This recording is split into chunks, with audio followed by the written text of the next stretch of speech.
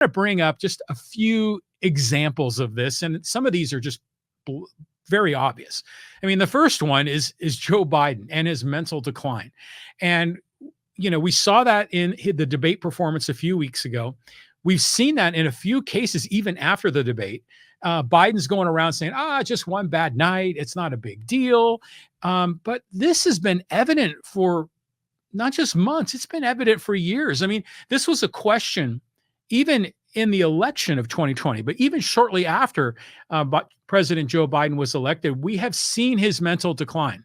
We have seen him look like a deer in the headlights. We have seen him stumble and bumble, fall down, get tongue-tied, lose his train of thought. This has been going on for a while, and yet the Democrats seem to be in complete denial of this. They tell us on one hand that Trump is a threat to democracy. Trump is a huge problem in America. We must defeat Trump. And yet they're rolling out a dude, Joe Biden, who is like 81 years old and is not fully there.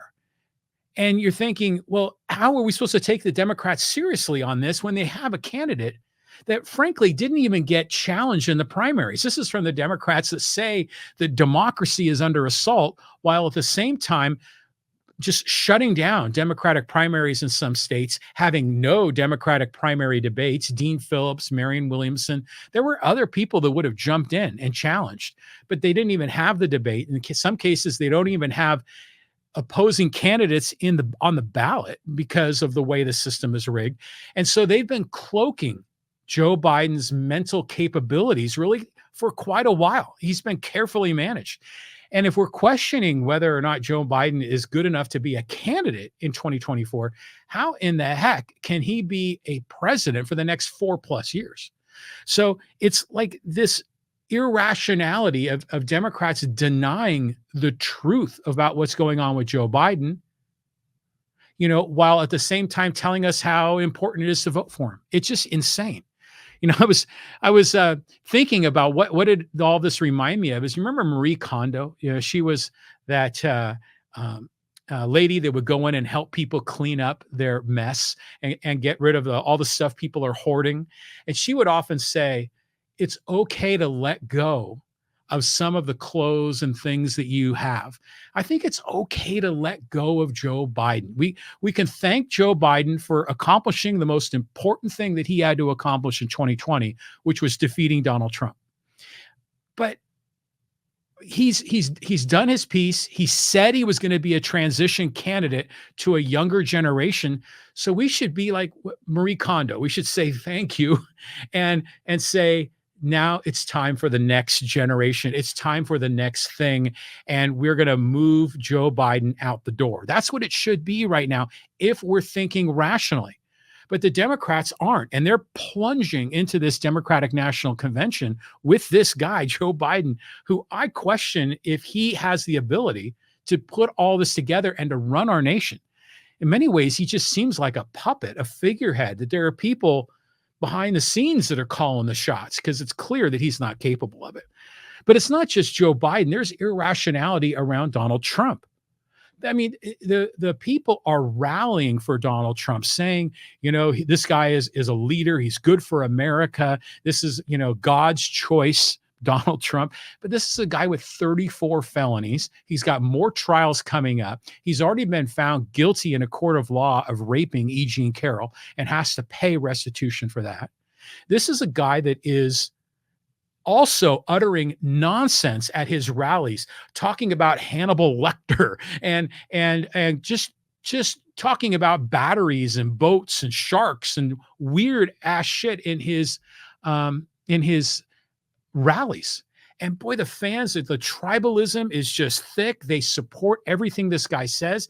And it doesn't matter if there are contradictions. It doesn't matter if he's had affairs. I mean, they love him for saying we're going to deport all the immigrants, but then they ignore the fact that 2 of his wives were immigrants, and they ignore the fact that there's all these other contradictions with the guy.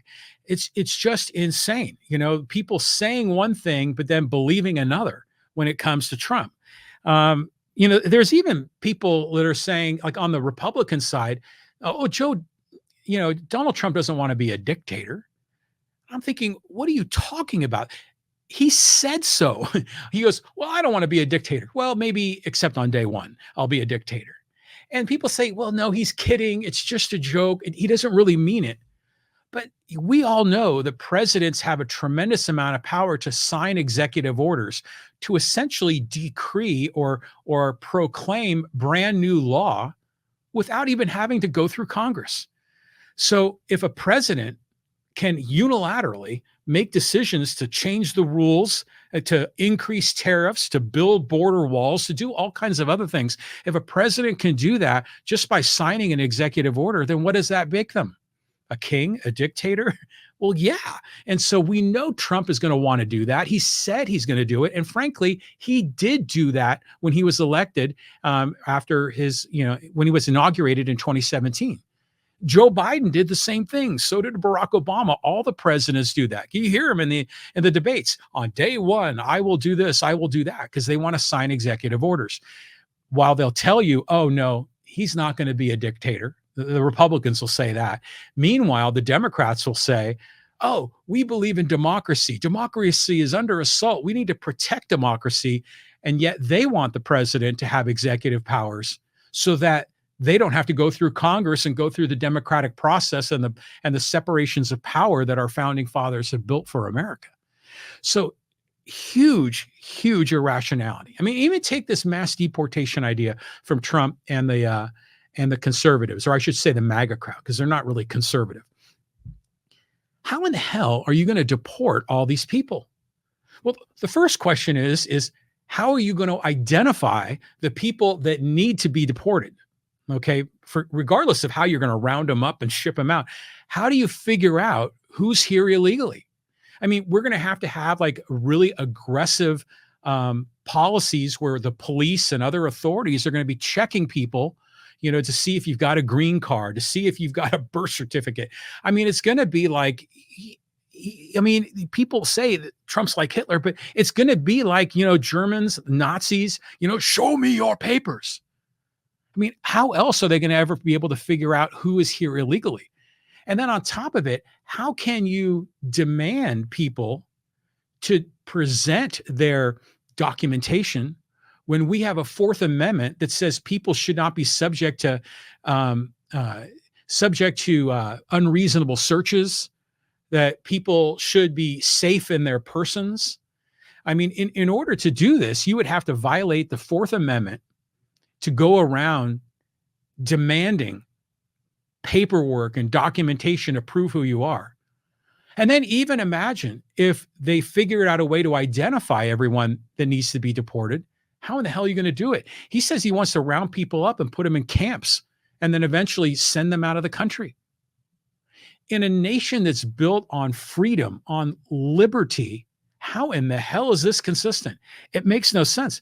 I mean, even here in my hometown of Poway, California, which is a suburb here of San Diego, I'll drive down the street here on Sundays and all the Trump supporters are there on the quote, four corners of freedom. That's what they call it, where all the Trump supporters are there waving their American flags, showing their signs, and they're saying, freedom, liberty, that's what Donald Trump is for. And then a few signs over, someone else is holding up a sign that says deport all the illegals.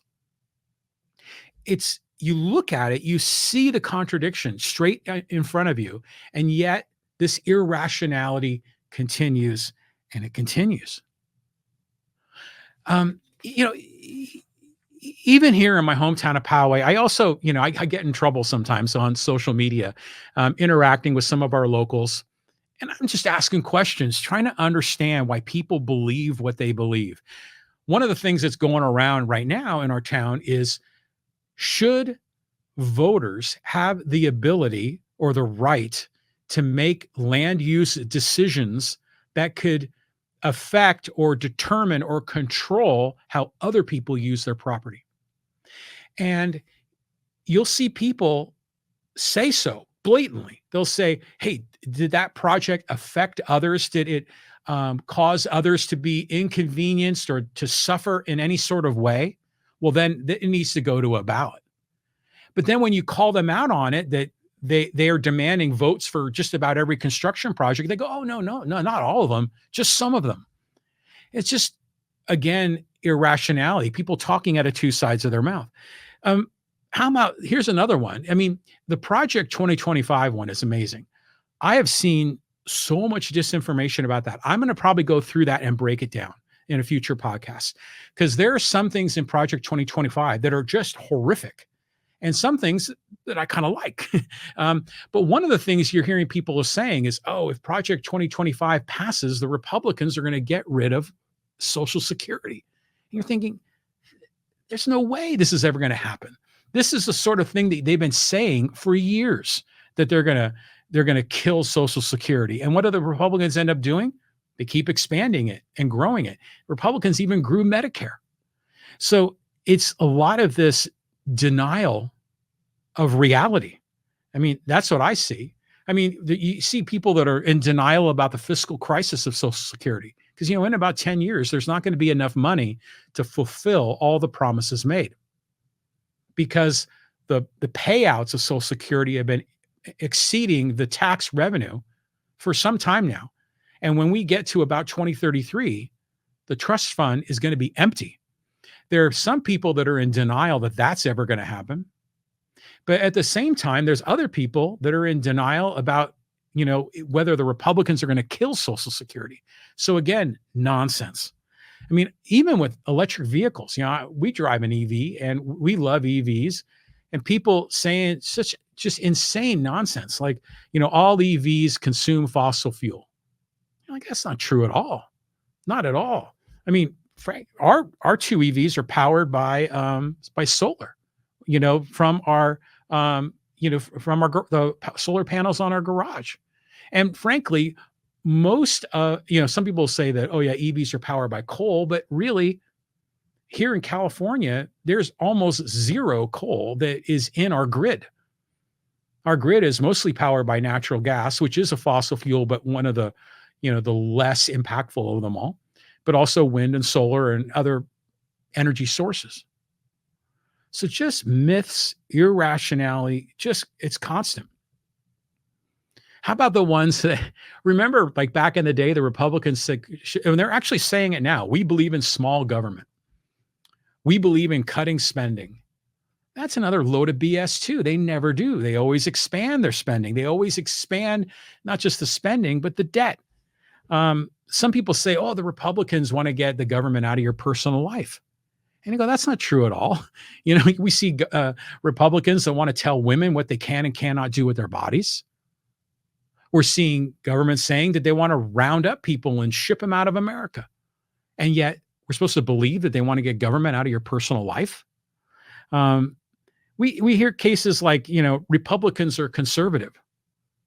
You remember back when Bill Clinton was president and, he had the Monica Lewinsky affair and, the Republicans, all they wanted to do was bring back dignity into the White House.